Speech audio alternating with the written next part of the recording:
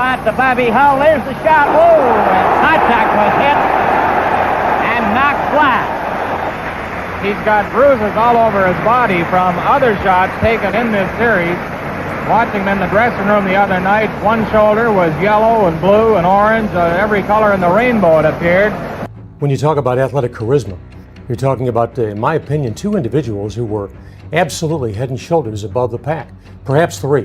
One would be Muhammad Ali, the other would be Joe Willie Namath, and the third would be Bobby Hull. When Bobby would wind up with that slap shot, it was like the eruption of Mount Vesuvius. Every era has one player who makes the entire arena hold its breath. In the late 1950s and through the 1960s, that player was Bobby Hull of the Chicago Blackhawks. He skated at nearly 30 miles per hour. His slap shot traveled at 118 miles per hour, roughly 35 miles per hour faster than any other player in the league. Fans blew golden whistles every time he scored. Goaltenders prayed they would not face him. As sports journalist Darcy Jenish once wrote, at his peak, Bobby Hull was the most electrifying performer, the one who left audiences breathless and goaltenders terrified.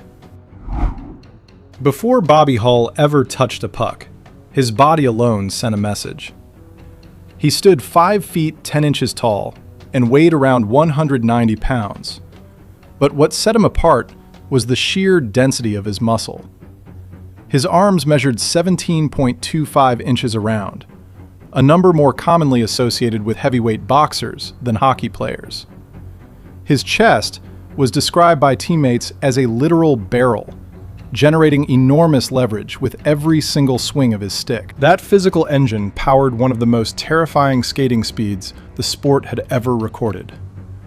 Hull reached a top speed of 29.7 miles per hour without the puck, and still maintained 28.3 miles per hour while controlling it. At roughly 86 kilograms, moving at nearly 13 meters per second, the momentum he carried down the left wing was a mathematical problem that defensemen simply could not solve. Bobby Orr, the legendary defenseman of the Boston Bruins, put it plainly, Hull skated at full speed even while handling the puck. That is a kind of pressure nobody else could create. His teammate Stan Mikita added, "There are great athletes who do not need to practice, and Bobby Hull was one of them. Everything came to him completely naturally." To understand why Bobby Hull terrified goaltenders at a level beyond any other player, you must understand one critical fact about that era. Most goaltenders played without a face mask. There was no protection between their face and whatever came at them. And what came at them from Hull traveled at 118 miles per hour. Gump Worsley of the Montreal Canadiens was one of the most respected goaltenders of his generation. Before facing Hull, Worsley famously said, "Anyone who wears a mask is a coward." Those words would come back to haunt him. In a game at Chicago Stadium in the late 1960s, Hull fired a slap shot from roughly 25 feet away that struck Worsley directly in the temple. He lost consciousness immediately and was carried off the ice on a stretcher, taken to hospital for monitoring of a serious head injury. Glenn Hall, Hull's own teammate with the Chicago Blackhawks, was no stranger to the damage either. Hall was struck in the mouth during a practice session and required 23 stitches before returning to the ice. He later admitted, "Hull's shot when he was young was wild and dangerous." Hall once said that 10 minutes of practice facing Hull was already more than enough for one day. Gordie Tummelson, a former goaltender who played alongside Hull in Winnipeg, was equally direct. Most goaltenders were genuinely afraid. They did not enjoy having that slap shot flying straight at their head. What made Bobby Hull truly impossible to stop was not just his speed or his shot. It was the fact that no injury, no matter how severe, could remove him from the fight. During the 1963 playoffs against the Detroit Red Wings, Hull suffered a serious fracture to his nose that extended into his skull. Doctors ordered him to remain in hospital.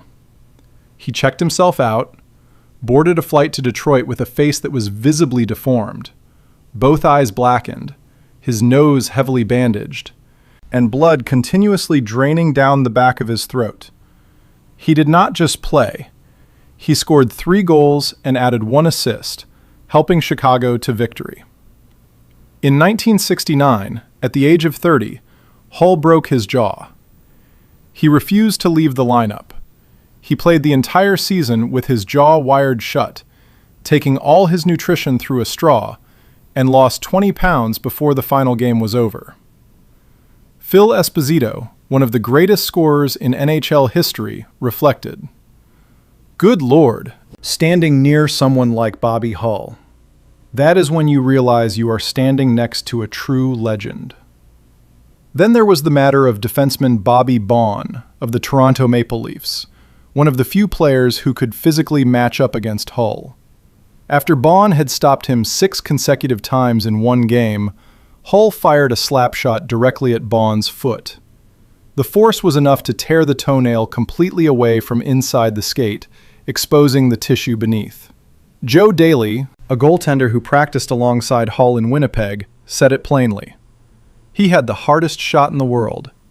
I went home after practice covered in bruises from challenging that shot." Bobby Hull's presence on the ice did not just threaten individual players.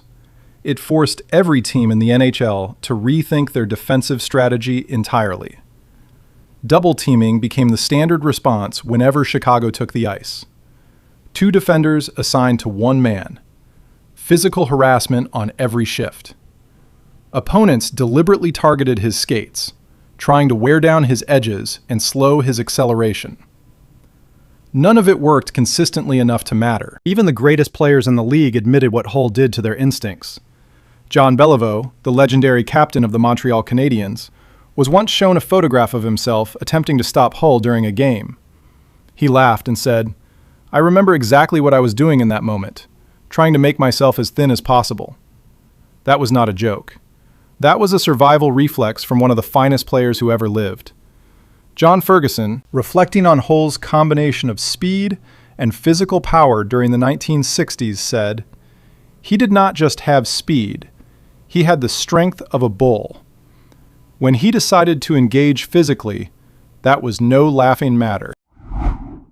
Before Bobby Hull, scoring 50 goals in a single NHL season was considered the absolute ceiling of human possibility. Only 2 players in history had ever reached it, Rocket of the Montreal Canadiens and Bernie Geoffrion. The number carried a kind of sacred weight that the entire sport had accepted as a permanent limit. On March 12, 1966, Hull shattered that limit. He scored his 51st goal of the season against the New York Rangers, becoming the first player in history to cross that threshold. The goal came the way most of his goals did: a burst of acceleration from his own zone, past the defense, and a slap shot from 40 feet out. Chicago Stadium erupted. The crowd refused to stop cheering for 7 full minutes. It was not a single moment of greatness. Hull led the NHL in goals 7 times during the 1960s and recorded 5 seasons of more than 50 goals before leaving for the World Hockey Association. In 1972, Bobby Hull did something that frightened NHL owners far more than any slapshot ever could. He left. Hull signed with the Winnipeg Jets of the newly formed World Hockey Association, agreeing to a contract worth $1,750,000 United States dollars over 5 years, which included an unprecedented signing bonus of $1 million. No hockey player had ever been paid anything close to that figure. The impact was immediate. Hull's decision gave the World Hockey Association instant credibility and transformed it into a genuine competitor to the NHL. Faced with a rival league capable of attracting the greatest player in the sport, NHL owners were forced to dramatically increase salaries across the board to prevent further departures. One analyst summarized the consequences directly. Every hockey player earns more money today because of the risk Bobby Hull was willing to take. He did not just score goals, he broke a monopoly. And that, to the men who controlled the sport, was perhaps the most terrifying thing he ever did. No honest account of Bobby Hull can end with the goals and the records. The full picture is far more complicated. Hull faced serious and documented accusations of domestic violence against 2 of his former wives.